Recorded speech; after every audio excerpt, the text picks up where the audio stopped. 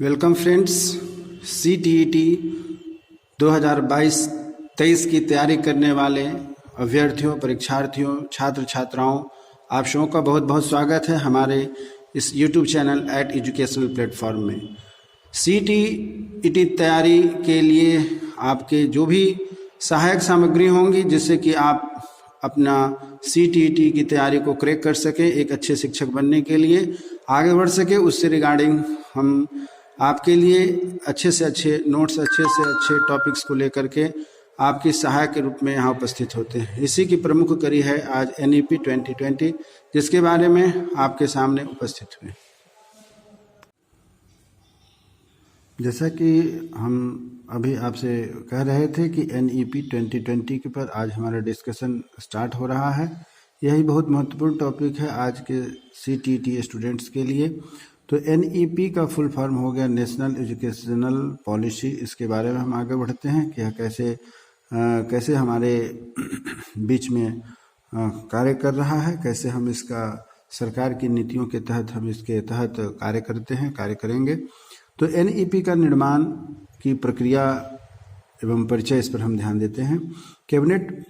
केंद्रीय कैबिनेट ने 29 जुलाई 2020 को नई राष्ट्रीय शिक्षा नीति NEP लॉन्च करके स्कूल और उच्च शिक्षा प्रणाली में परिवर्तनकारी सुधार का मार्ग प्रशस्त किया। इसका अभिप्राय यह हुआ कि 29 जुलाई 2020 को यह जो नई राष्ट्रीय शिक्षा नीति NEP आई, वह पहले से चली आ रही शिक्षा नीति में सुधार करके हम लोगों के सामने रखा गया, जिससे कि जो उस शिक्षा नीति में कमियां थी उसको अच्छे ढंग से अब आगे के शिक्षकों, छात्र छात्राओं व शिक्षकों के लिए इसे इम्प्लीमेंट किया जाएगा। इसमें अगला पॉइंट है कि यह जो शिक्षा नीति थी 1986 के बाद यह पहली बार शिक्षा नीति, राष्ट्रीय शिक्षा नीति हम लोगों के बीच आई है और यह 21वीं सदी की सबसे पहली शिक्षा नीति है जो हम लोग अभी पढ़ रहे हैं, जिसके तहत छात्र छात्राएं शिक्षा ले रहे हैं, एजुकेशन ले रहे हैं। शिक्षक भी इस नियोजन प्रक्रिया के तहत आगे की ओर इसमें नियुक्त होंगे। यह जो NEP 2020 है वह 34 साल के बाद पुरानी शिक्षा नीति जो 1986 में आई थी उसमें सुधार करके 29 जुलाई 2020 को हम सबों के बीच केंद्र सरकार द्वारा ने पारित करके जो भेजा है वह चल रहा है। इसमें आपका प्रश्न यही बनता है कि जो नई शिक्षा नीति है वह कितने वर्षों के बाद आई है, तो 34 वर्षों के बाद आई है। आपका प्रश्न इसी हिसाब से बनता है। पुरानी शिक्षा नीति पिछली बार कब लागू हुई थी, तो हम कहेंगे उसके लिए 1986 में पुरानी शिक्षा नीति आई थी। 34 वर्षों के बाद नई शिक्षा नीति आई है। हमारे इस दिए गए नोट्स में आप जहाँ जहाँ अंडरलाइन देख रहे हैं ग्रीन पेन या रेड पेन के द्वारा, वह आपके इस परीक्षा के लिए बहुत ही महत्वपूर्ण पॉइंट्स हैं। कृपया इसे ध्यान रखें और ध्यान रखने के साथ साथ हमारे चैनल को भी ध्यान रखें, जहाँ से आपको CTET क्रैक करने का ज्ञान प्राप्त होता है और अपडेट रहने का मौका मिलता है। और आप इसके साथ हमारे चैनल को सब्सक्राइब करें और एंड तक जुड़े रहें, जिससे कि जो भी महत्वपूर्ण बातें हैं बीच बीच में मैं आपको निर्देश देता रहूँगा। अब आगे बढ़ते हैं। नई NEP के तहत 4 स्तंभ पर आधारित है नई शिक्षा नीति। वह 4 जो मुख्य स्तंभ हैं वह आपके सामने हैं। पहला है एक्सेस, दूसरा है इक्विटी, तीसरा है क्वालिटी और अकाउंटेबिलिटी। ये 4 मुख्य आधार हैं जिसके आधार पर NEP 2020 हम सबों के बीच में आया है और हम सबों को इसको फॉलोअप करना है। इससे निश्चित रूप से हमारे समाज में अच्छी शिक्षा का स्तर में सुधार होगा और शिक्षा के साथ साथ यहाँ कार्य करने वाले शिक्षकों का भी इससे सुधार होगा। वर्तमान शिक्षा मंत्री श्री रमेश पोखरियाल निशंक साहब ने एक बात और इस बात में मुख्य रूप से ध्यान दिया आरक्षण को लेकर के। उन्होंने कहा कि NEP के तहत आरक्षण मानदंडों को संशोधित करने की उनकी कोई योजना नहीं है, अर्थात जो पहले से नामांकन के साथ साथ नियोजन में आरक्षण का रोस्टर दिया गया है, मानदंड दिया गया है, उसको एज इट इज फॉलोअप किया जाएगा। इसमें तत्काल कोई फेरबदल होने की संभावना नहीं है। तो यह जो योजना आई है शिक्षकों के लिए और साथ ही साथ छात्र छात्राओं के लिए भी बहुत ही उपयोगी साबित हो रही है। फिर आगे हम लोग बढ़ते हैं। आगे है हमारे पास कि यहाँ जो आप देख रहे हैं वह है कि मेघालय के मुख्यमंत्री ने कहा कि नई शिक्षा नीति के कार्यान्वयन के लिए एक टास्क फोर्स बनाएंगे और इस तरह के टास्क फोर्स के गठन के बाद मेघालय देश का पहला राज्य बन जाएगा जो इस एनईपी को लागू करेगा। यहाँ ध्यान देने की बात है कि आपके पास प्रश्न यह बनता है कि नई शिक्षा नीति के तहत सबसे पहला राज्य कौन है जहाँ पर नई शिक्षा नीति को लागू किया गया। तो इसके लिए हम कहेंगे कि राज्य मेघालय है जहाँ पर नई शिक्षा नीति को लागू किया गया। ठीक है, तो नई शिक्षा नीति पर जो वहाँ के मुख्यमंत्री हैं उन्होंने यह घोषणा किया कि हमारे राज्य में सबसे पहले इस एनईपी 2020 को लागू किया जाएगा। इसके लिए उन्होंने एक टास्क फोर्स का गठन किया है। जो टास्क फोर्स पूरे रिपोर्ट देंगी उनको कि इसका हमारे वर्तमान से लेकर के भविष्य तक में कैसा प्रभाव पड़ेगा और उसी के आधार पर मेघालय पहला राज्य बन जाएगा जहां पर इसे लागू किया गया है। आगे बढ़ते हैं। एनईपी के द्वारा डायरेक्ट रूप से इसमें 2 करोड़ बच्चे पढ़ाई की मुख्य धारा में जुड़ जाएंगे। इसमें आपका प्रश्न बनता है कि ऐसे कितने छात्र छात्राओं को इसका लाभ मिलेगा। तो एनईपी 2020 के द्वारा हमारे देश के लगभग 2 करोड़ छात्र छात्राओं को इसका लाभ मिलेगा और यह टारगेट रखा गया है, यह लक्ष्य रखा गया है कि 2030 तक प्री स्कूलिंग से लेकर के माध्यमिक स्तर तक सभी बच्चे इसमें नामांकित हो जाएं, अर्थात 100% उनका नामांकन पूरा हो जाए। इस स्कीम को एक नया नाम दिया गया है। 100% नामांकन को उसे नाम दिया गया है GER, जिसे कि ग्रॉस एनरोलमेंट रेशियो अर्थात सकल नामांकन अनुपात कहा जाता है। इसमें प्रश्न यह बनता है कि यह जो लक्ष्य निर्धारित किया गया है 2030, इसमें क्या होने वाले हैं। तो इस 2030 तक 2 करोड़ छात्र छात्रा जो एजुकेशन के योग्य हैं उनका सकल नामांकन अनुपात पूर्ण होना चाहिए, अर्थात 2030 तक पढ़ने योग्य, शिक्षा प्राप्त करने योग्य जो भी छात्र छात्रा हैं कोई भी स्कूल से वंचित नहीं रहेंगे। सभी बच्चे इस प्रक्रिया के तहत, एजुकेशन के तहत, नई शिक्षा नीति के तहत शिक्षा लेने के लिए अपने अपने आसपास के विद्यालयों में नामांकित हो जाएंगे। इसीलिए क्या होगा कि 100% नामांकन का लक्ष्य रखा गया है। तो आपके प्रश्न बनते हैं कि यह लक्ष्य कब तक रखा गया है जिसमें कि सभी बच्चों को शिक्षा से जोड़ दिया जाएगा। तो हम इसका उत्तर देंगे 2030 तक। और इससे कितने बच्चे प्रभावित होंगे आपको प्रश्न पूछा जाएगा, वह होगा 2 करोड़ छात्र छात्रा इससे मुख्य धारा में जुड़ेंगे एजुकेशन में। और यह कहाँ से कहाँ तक होगी, तो यह प्री स्कूलिंग से लेकर के माध्यमिक स्तर तक होगी। और इस तरीके से जब प्री स्कूलिंग से लेकर माध्यमिक तक रखी जाएगी तो निश्चित रूप से वे बच्चे, हमारे समाज के बच्चे जो हैं वह एजुकेशन से जुड़ेंगे और शिक्षा के प्रति मुखातिब होंगे। आगे बढ़ते हैं। इसी तरीके से यह अगला पॉइंट है कि एनईपी 2020 के माध्यम से भारत सरकार को वैश्विक ज्ञान महाशक्ति बनने की उम्मीद है। जब हमारे पास 100% नामांकन होगा, सभी बच्चे जो हमारी नई पीढ़ी है वो एजुकेशन से जुड़ जाएंगे, तो निश्चित रूप से हमारे जो नागरिक हैं, हमारे जो बच्चे हैं, उनका ज्ञान का स्तर इतना बढ़ जाएगा कि विश्व स्तर पर हम एक महाशक्ति के रूप में, ज्ञान की महाशक्ति के रूप में निकलेंगे। और उसका नाम रखा गया है वैश्विक ज्ञान महाशक्ति, जिसे इंग्लिश में हम लोग ग्लोबल नॉलेज सुपर पावर कहते हैं। तो यह हमारे देश के प्रधानमंत्री जी का एक नया सोच है, जिसे लेकर के अपने नागरिकों के साथ, अपने बच्चों के साथ, अभिभावकों के साथ उन्होंने इस बात को शेयर किया है कि एनईपी 20 का उद्देश्य यह है कि हम वैश्विक ज्ञान महाशक्ति अर्थात ग्लोबल नॉलेज सुपर पावर बन करके दुनिया को मार्गदर्शन करेंगे। तभी तो शायद हमारा देश फिर से विश्व गुरु बन सकता है, जब हमारे पास 100% नामांकित छात्र होंगे और उनका एजुकेशन स्तर बढ़ेगा। चलिए आगे बढ़ते हैं। अब है कि इसकी निर्माण प्रक्रिया कहाँ से शुरू हुई, कैसे प्रक्रिया शुरू हुई और इसके कौन कौन से मुख्य अवयव हैं, उस पर हम चर्चा करते हैं।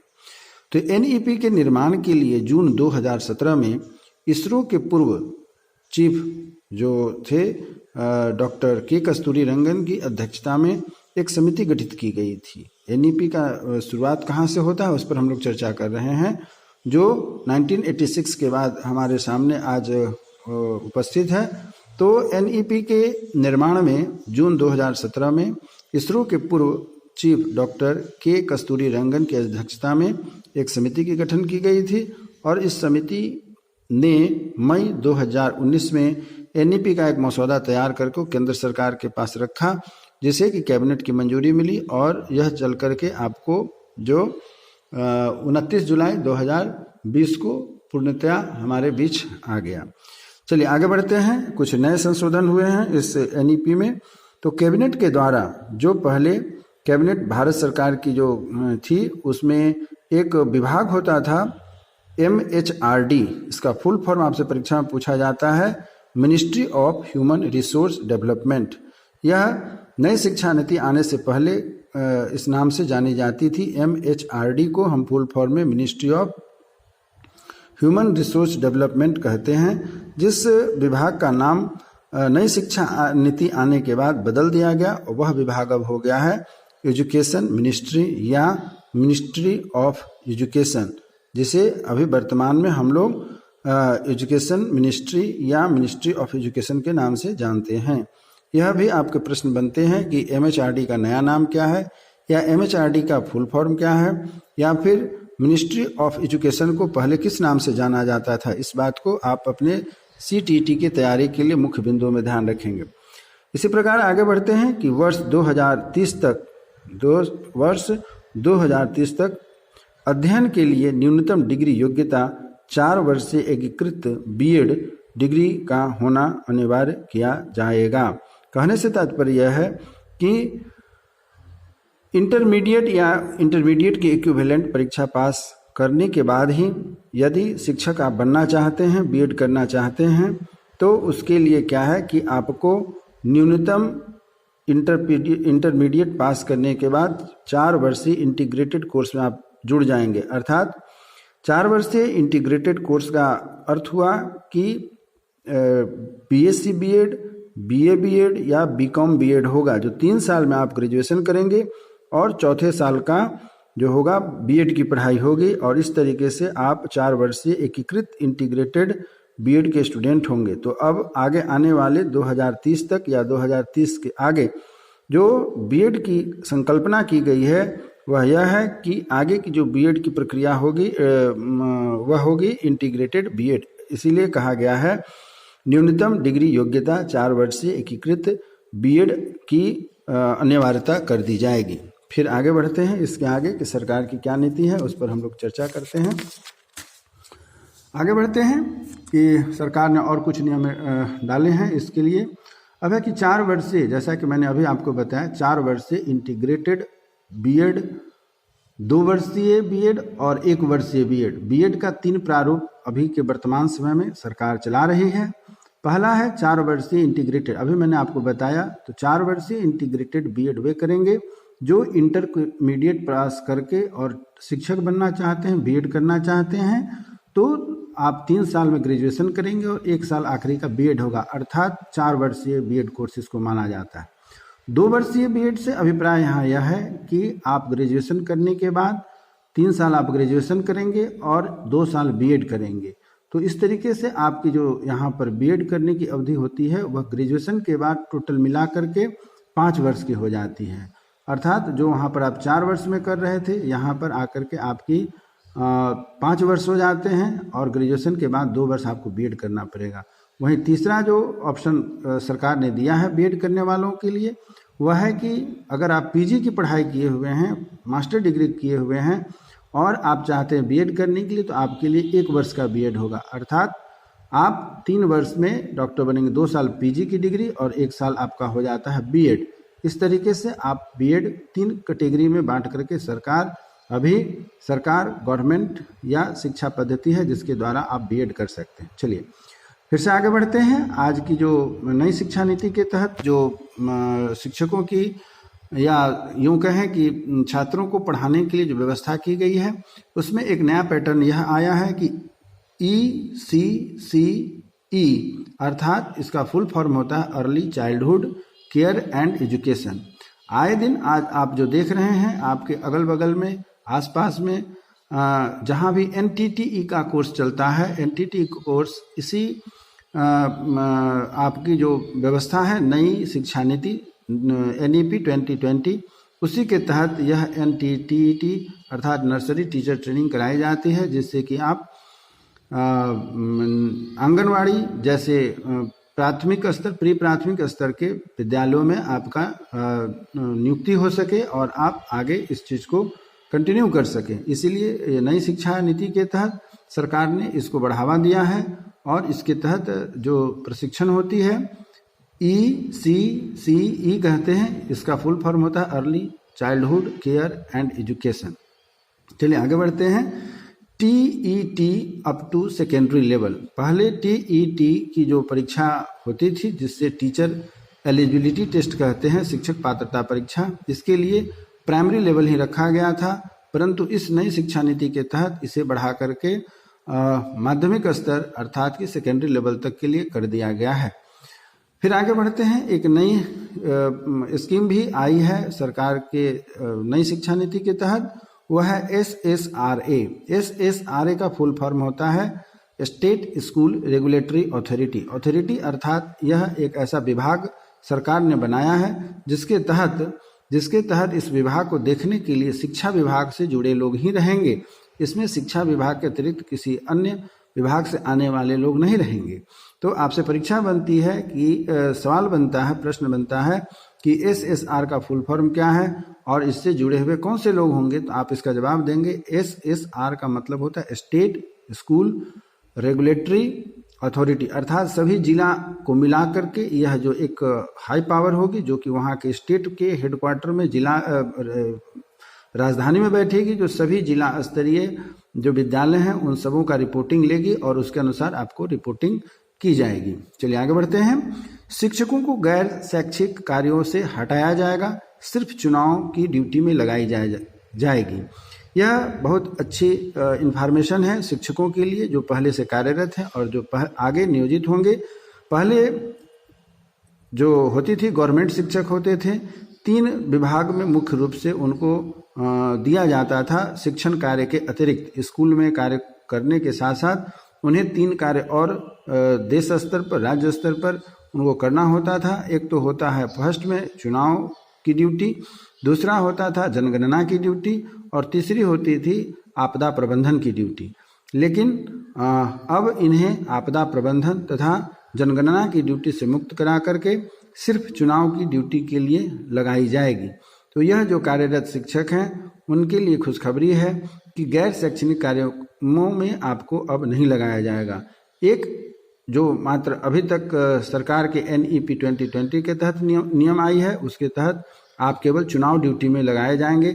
इसमें पुरुष टीचर हो या महिला टीचर, इसमें कोई भेदभाव नहीं होगा, सबों को आपको ड्यूटी लगाई जाएगी। विद्यालय प्रबंधन को अच्छे ढंग से संचालित करने के लिए विद्यालय स्तर पर कुछ कमेटियां भी बनाई गई है, जिसके बारे में हम यहाँ देख रहे हैं। इसका नाम है SMC। यह व्यवस्था पहले से विद्यालय स्तर पर होती थी, गवर्नमेंट स्कूल हो या प्राइवेट स्कूल हो, जिसे हम लोग स्कूल मैनेजमेंट कमेटी कहते हैं। परंतु इसमें अब थोड़ा सा सुधार करके इसको थोड़ा और मॉडर्न कर दिया गया है। इसका नाम दिया गया school complex management committee. School complex management committee में उस स्कूल के प्रिंसिपल होंगे, हेडमास्टर साहब होंगे, समाज के कुछ प्रतिनिधि होंगे, कुछ अभिभावक होंगे और इस तरीके से स्कूल व्यवस्थित ढंग से कमेटी के माध्यम से संचालित होगा। तो यह एक नई स्कीम है जो कि सरकार के द्वारा आई है, जो कि बच्चों के, स्कूल के तथा अभिभावकों के हित की बात है। इसी तरीके से आगे बढ़ते हैं। New transfer policy. New transfer policy क्या है? नई शिक्षा नीति NEP 2020 के तहत शिक्षकों की ट्रांसफर अब एक जगह से दूसरे विद्यालय में नहीं होगी, अर्थात जहां उनकी नियुक्ति होगी उसी विद्यालय में वे अपने पूरे कार्यकाल को पूरा करेंगे। गवर्नमेंट, सरकार आपको दबाव दे करके एक स्थान से दूसरे स्थान तक ट्रांसफ़र नहीं कर सकती है।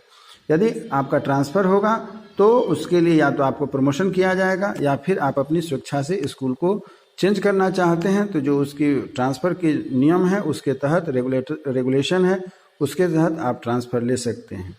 एक और अच्छी खबर है कि जो टीचर्स दूर दराज से आते हैं, स्कूल पर समय पर नहीं पहुंच पाते हैं, उनका समय शिक्षण के अतिरिक्त अन्य कार्यों में बर्बाद होता है, उसके लिए सरकार ने नियम निकाला है कि वैसे विद्यालयों में जहां पर सामाजिक परिवेश से दूर है विद्यालय, वहाँ पर स्टाफ क्वार्टर की फैसिलिटी होगी, जिससे कि शिक्षक छात्रों के साथ हमेशा जुड़े रहेंगे। कुछ ऐसे स्कूल हैं जहां आप जानते हैं कि विद्यालय के स्टाफ क्वार्टर की सुविधा मौजूद है, जैसे DAV है, नवोदय विद्यालय है, KVS है। ये सभी ऐसे विद्यालय हैं जहां पर शिक्षकों के लिए स्टाफ क्वार्टर की व्यवस्था होती है, जिससे कि छात्र छात्राएं और शिक्षक अधिक से अधिक समय शिक्षा के लिए दे सकेंगे। इसी तरह आगे बढ़ते हैं। गवर्नमेंट ने RTE राइट टू एजुकेशन के मामले में भी बहुत कुछ अच्छा अपने नियम में बदलाव किया है। पहले यह शिक्षा मात्र जो है कि आपको 8वीं तक दी जाती थी, जिसे अब बढ़ा करके नई शिक्षा नीति में इसे 12 कक्षा तक कर दिया गया है। यानी कि क्लास 1 to 8 की जो नीति थी उसे बढ़ा करके क्लास 12 तक कर दिया गया है। और पहले 6 वर्ष से लेकर के 14 वर्ष की आयु तक आपको निःशुल्क शिक्षा दी जाती थी, जिसे अब बढ़ा करके 18 वर्ष तक कर दिया गया है। तो यह निश्चित रूप से हमारे समाज के वैसे बच्चे जो आर्थिक रूप से पिछड़े हुए हैं और उनके लिए एक बहुत बड़ा गोल्डन अपॉर्चुनिटी है कि सरकार उनकी शिक्षा का ध्यान देते हुए अब अनिवार्य शिक्षा क्लास 12 तक कर दिया गया है और उसके लिए आयु 18 साल कर दी गई है और आपको यह निःशुल्क शिक्षा प्रदान की जाएगी। चलिए इसी से आगे बढ़ते हैं। कुछ और चुनाव NEP 2020 में जो फेरबदल है उस पर भी ध्यान देते हैं। अगला फेरबदल जो है कि NEP 2020 में वह है MDM plus healthy breakfast. MDM तो पहले से चलते आ रही थी, हम सभी जानते हैं कि MDM अर्थात होता है मिड डे मील, अर्थात मध्याह्न भोजन। मध्याह्न भोजन में बच्चे लंच लेकर के अपने घर से जाया करते थे और अपना खाते थे, फिर पढ़ाई करते थे। परंतु सरकार की तरफ से MDM अर्थात मिड डे मील जो दिया जाता है मध्याह्न भोजन, उसमें विशेष ध्यान दिया जा रहा है कि अब सीधे साधारण भोजन नहीं रहेगा या भोजन में कुछ भी बन जाए उससे मतलब नहीं है। अब जो बच्चों को मिलेगा वह होगा हेल्दी ब्रेकफास्ट, जिससे कि बच्चों के अंदर न्यूट्रिशन की मात्रा बैलेंस रहेगी और वह बीमार कम पड़ेंगे। तो गवर्नमेंट का यह भी जो स्कीम है सराहनीय है और हम सबों को इसे स्वीकार करना चाहिए और साथ ही साथ प्रोत्साहन करना चाहिए। अब पढ़ाई की बात फिर आती है कि विज्ञान और गणित को बढ़ावा दिया जाएगा। जो नई शिक्षा नीति आई है, विज्ञान और गणित हमारे जीवन के हर क्षेत्र से जुड़े हैं। विज्ञान की घटनाएं हमारे चारों तरफ मौजूद हैं। सूर्योदय से लेकर सूर्यास्त तक हम जितने भी काम करते हैं वह सभी विज्ञान पर आधारित है और गणित तो हमारे जीवन का पार्ट एंड पार्सल है। इसीलिए सरकार ने नई नीति लाई है कि गणित और विज्ञान को बढ़ावा दिया जाएगा हर एक स्तर पर, प्राइमरी स्तर से लेकर के सेकेंडरी स्तर तक या उससे भी हायर क्लासेस तक। और हर सीनियर सेकेंडरी स्कूल में साइंस तथा मैथ्स को अनिवार्य विषय बनाया गया। आप इससे बच नहीं सकते हैं, क्योंकि विज्ञान और गणित के बिना हमारा जीवन, हमारी पढ़ाई, हमारी दिनचर्या पूरी नहीं हो सकती। इसलिए सरकार ने अपनी NEP 2020 में पढ़ाई के लिए विज्ञान और गणित को महत्वपूर्ण विषय रखा है। फिर आगे बढ़ते हैं। NCERT पूरे देश में, कहने का मतलब है कि जो किताबें हम पढ़ते हैं, जो करिकुलम हमारे पास होता है, वह NCERT पर आधारित पूरे देश में। पहले SCERT पर आधारित किताबें चलती थी। SCERT का मतलब हो गया राज्य स्तर पर अलग पुस्तकें चलती थी, देश स्तर में अलग पुस्तकें चलती थी। लेकिन इस नई शिक्षा नीति के तहत पूरे देश में एक ही बुक चलाई जाएगी, NCERT की बुक। अब स्टेट गवर्नमेंट की SCERT की बुक नहीं चलेगी और पूरे एक देश एक शिक्षा का अगर जो प्रधानमंत्री का नारा है उसको ध्यान में अगर हम देखें, NCERT की बुक पूरे देश में चलेगी। और आखिरी जो इस एपिसोड का या यूँ कहें कि इस टॉपिक से रिलेटेड आज की यह प्रथम पार्ट है, यह मेरा अगले पार्ट में यह फर्स्ट पार्ट है, नेक्स्ट पार्ट में और मुख्य बिंदुओं पर हम फोकस करेंगे। उसका आखिरी पॉइंट है कि स्कूलों में सरकार का हस्तक्षेप समाप्त हो जाएगा। स्कूल में सरकार का हस्तक्षेप समाप्त हो जाने से अभिप्राय शिक्षकों के लिए यूं कहें कि एक अच्छी खबर नहीं है, क्योंकि विद्यालय सरकार के जब हस्तक्षेप में नहीं रहेगा, अर्थात वह प्राइवेट हाथों में चले जाने की संभावना है। और वैसी स्थिति में क्या होगा कि शिक्षा का स्तर, शिक्षकों का स्तर, पढ़ाई का स्तर काफ़ी प्रभावित होगा। और इससे क्या होगा कि अच्छी खबर नहीं है, खास करके शिक्षकों के लिए और जो उससे जुड़े हुए लोग हैं। तो सरकार को इस नियम पर विचार करना चाहिए। यदि आपका एजुकेशन प्राइवेट हाथ में चला जाता है तो खास करके शिक्षकों की नौकरी, जिसके वेतन और शिक्षा का स्तर, वो उसमें काफ़ी प्रभावित होना है। तो मैं उम्मीद करता हूं कि आपको यह NPE 2020 का पहला पार्ट अच्छा लगा होगा। आगे नेक्स्ट पार्ट में इसके जो बचे हुए कुछ हिस्से हैं उसको मैं आपके सामने रखूंगा। आप हमारे चैनल को सब्सक्राइब करें, जिससे कि इस NEP 2020 का नेक्स्ट पार्ट जैसे ही मैं डालूं आपको नोटिफिकेशन मिल जाए। इसी उम्मीद के साथ कि आप हमारे साथ अगले एपिसोड में भी लगे रहेंगे NEP 20 के अगले पार्ट में। धन्यवाद।